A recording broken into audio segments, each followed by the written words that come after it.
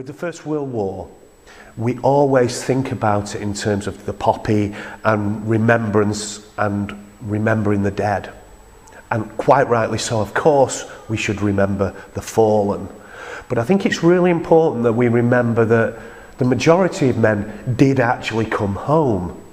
And it's really important that we don't ignore what they contributed then to society afterwards, because lots of the things in our lives that we now take for granted, they came home and then fought for those kind of things as well. So a lot of the things that we take for granted about the modern world, these men who fought in the war came home and made that happen in their day-to-day lives.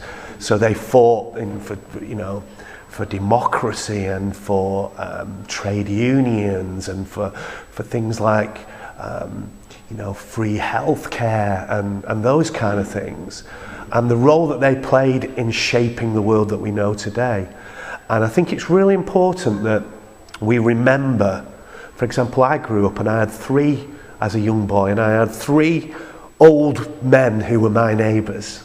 He used to always be in our house. Whenever my mother had put the kettle on or had baked, they always seemed to have this sixth sense of knowing that there was a bit of cake on the go, and they'd always come round to our house.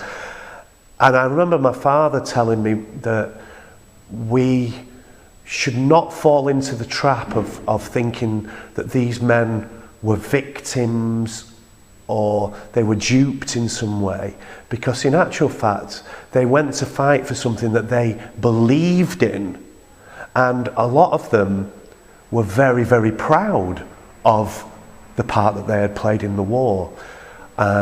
So we have to be very careful as well about how we portray the men who came home, in that a lot of them were actually very proud of the part that they played in the war, and a lot of them were, we should be very proud of the part they played after the war as well.